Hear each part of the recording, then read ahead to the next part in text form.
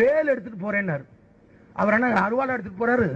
அடங்க மறு, அத்தி மீறு, ஆளை வெட்டு, அவன் நக்கு, இதை புடுங்குண்டா சொன்னாரு. அவரு வேலை தூக்கிட்டு சாமியை பாக்குறேன்னு போனாரு. கைது பண்ணிங்க.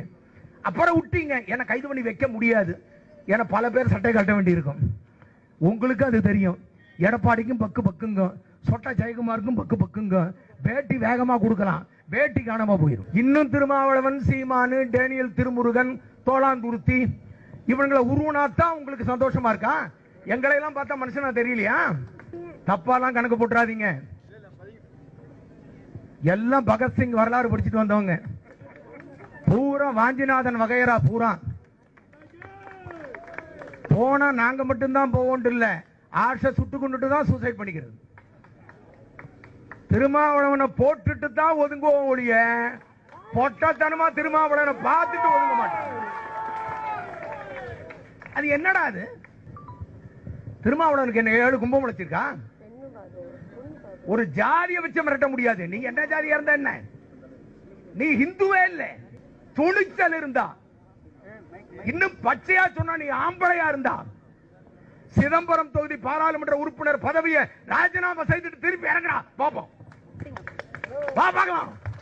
எஸ். வி. ஸ்ரீதரன், நிறுவன தலைவர், இந்து மக்கள் கட்சி, அகில பாரத அனுமன் சேனா. சமீபத்தில் ஒரு 4-5 நாட்களுக்கு முன்பாக கோவையில் திரு வசந்த் என்பவருடைய அலுவலகத்தில் தனிப்பட்ட முறையில் நண்பர்களோடு பேசிய ஒரு பேச்சை தேவையில்லாமல் ஒரு நபர் அதை வீடியோ எடுத்து பொதுத்தளத்தில் விட்டு ஒரு பதட்டத்தை உருவாக்கியிருக்கிறார். எந்த தருணத்திலும் இந்து அமைப்புகளுக்கும் விடுதலை சிறுத்தைகளுக்கும் நேரடியான மோதல் என்பதோ பிரச்சனைகளோ வந்த வரலாறு இல்லை.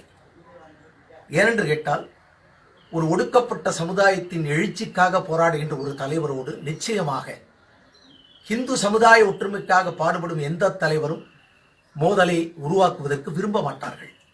ஆரம்ப கட்டத்திலே விடுதலை சிறுத்தைகள் அமைப்பாக இருந்த காலத்திலே நான் பொதுக்கூட்டங்களுக்கு தென் மாவட்டங்களுக்கு செல்லும் வழியிலே அவருடைய பேச்சை கேட்டு காரை நிறுத்தி கேட்டு வேந்திருக்கிறேன். மிகச்சிறந்த எழுச்சி பேச்சாளர், அதில் எந்த மாற்று கருத்தும் இல்லை.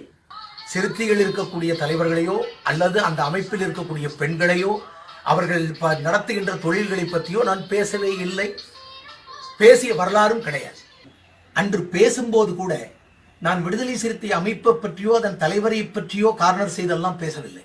நிச்சயமாக என்னுடைய நண்பர்கள் பல பேர் விடுதலை சிறுத்தையிலே மிகப்பெரிய அளவிலே பொறுப்பிலே இருக்கிறார்கள். நாங்கள் அவ்வப்போது நேரடியாக சந்தித்து எங்களுக்குள் பேசிக் கொள்கிறோம். எந்த கருத்து வேறுபாடும் எங்களுக்குள் இதுவரை வந்ததில்லை, இனியும் வராது. நான் ஏதாவது தவறாக பேசியிருந்தால் சிறுத்தையில் இருக்கக்கூடிய நிர்வாகிகளை பற்றியோ தலைவர்களை பற்றியோ அல்லது அவருடைய கொள்கைகளை பற்றியோ ஏதாவது நான் பேசியது அவர்கள் மனது புண்பற்றுப்பாயில் அதற்காக நான் பகிரங்கமாக வருத்தம் தெரிவித்துக் கொள்கிறேன். நான் எந்த பிரச்சனையும் யாரோடும் எந்த அமைப்போடும் ஈடுபட்டவன் அல்ல.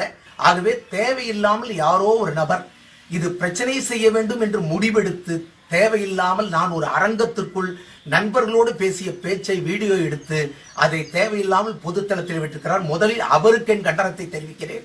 தேவையில்லாமல் ஒரு பதட்டத்தை ஏற்படுத்துகிறார். அந்த பதட்டத்தை ஏற்படுத்தியதற்கு நானும் ஒரு காரணமாக இருந்ததற்காக வருத்தம் தெரிவிக்கிறேன். விடுதலை சிறுத்தை அனைத்து நண்பர்களும் வழக்கம் போல் நாம் சகோதரர்களாக பழகிக் கொள்வோம். மிக்க நன்றி, வணக்கம், மகிழ்ச்சி.